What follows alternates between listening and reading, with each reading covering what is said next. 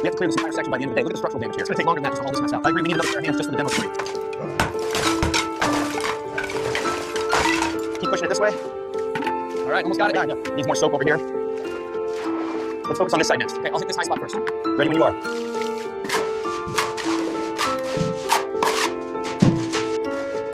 This punch here is still a bit rough. Yeah. I'll feather that edge out now. This section needs reinforcement. Yeah, and the subfloor is compromised right here. Yeah. The alignment's off by half an inch.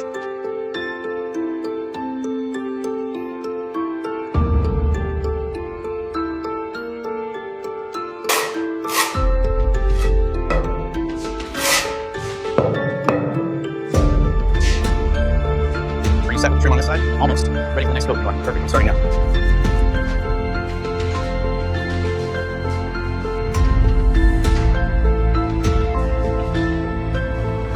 Another one finished. Looks great. The clients are going to love this.